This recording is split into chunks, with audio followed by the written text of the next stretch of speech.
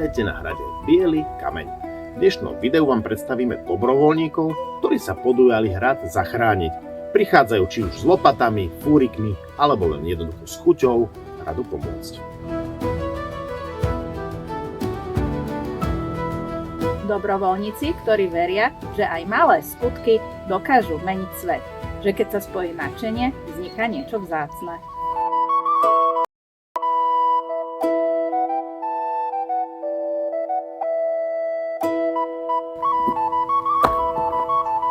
Každý kameň, ktorý tu niekto položil, je dôkazom toho, že ľudia, ktorým záleží na histórii, stále nevymreli.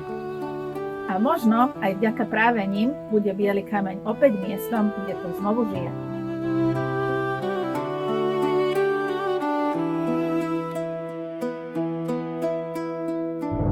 Bolo to najprv také dobrovoľnícke dni, kde sme chodili sadiť stromčeky a čistiť les a potom sa to nakoniec vyvinulo do zachraňovania hradu. Najprv to bolo v štýle, že raz do mesiaca a potom sa to zahusťovalo a cez sezónu sme tu aj častejšie. No tak najmä Monika, teda hradná pani momentálne. My sme chodili z roboty, sme kolegovia a my sme z roboty chodili pomáhať aj na iné hrady. A raz sme boli na Tematine v rámci nejakého dňa dobrovoľníctva a tam niekto spomenul, že sa začína obnova tohto hradu, ona je zo Svätého Jura, založila občianske združenie. My sme našli toto miesto, je tu pekné a mňa najviac motivujú, že sa tu trošku vyvetrám a trošku stretnem s parádnymi ľuďmi.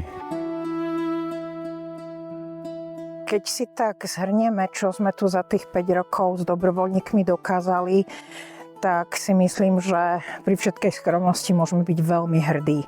Tie najhlavnejšie objekty sa nám podarilo zastabilizovať, ale ešte stále je tu veľa práce na veľa rokov. A keďže aj vekový priemer členov občianskeho združenia už začína číslicou 6, tak nikoho neprekvapí, keď poviem, že sami by sme to nedokázali. Preto je pre záchranu tejto národnej kultúrnej pamiatky hradu Biely kameň extrémne dôležité, aby sme našli pomoc. Jednak finančnú, ale aj fyzickú. Toto miesto je ideálnym miestom pre firemné teambuildingy. A nie každý firemný teambuilding musí byť pečené kolienka s pivom niekde v krčme, ale veľmi krásnym teambuildingom je prísť do tejto krásnej malokarpatskej prírody, do obeda niečo pomôcť na hrade, či už príprava materiálu, vystrihávanie náletových drevín a potom príjemne unavený si sadnúť na nádvorí k ohnisku, niečo poopekať, porozprávať sa s ľuďmi, ktorí si vedia vážiť kultúrne hodnoty.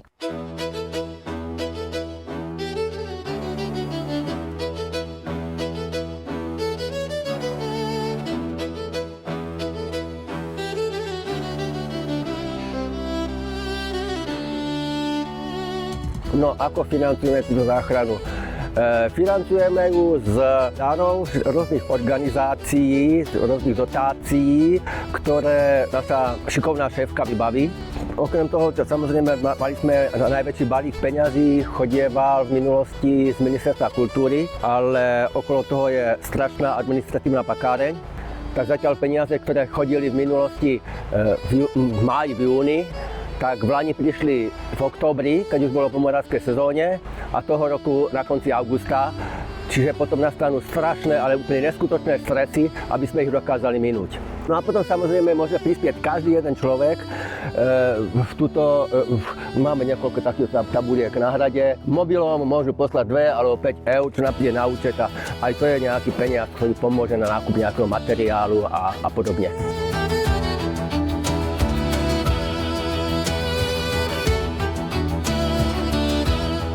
Pomoc verejnosti, pomoc spoločensky zodpovedných firiem naozaj veľmi potrebujeme, inak to sami nezvládneme.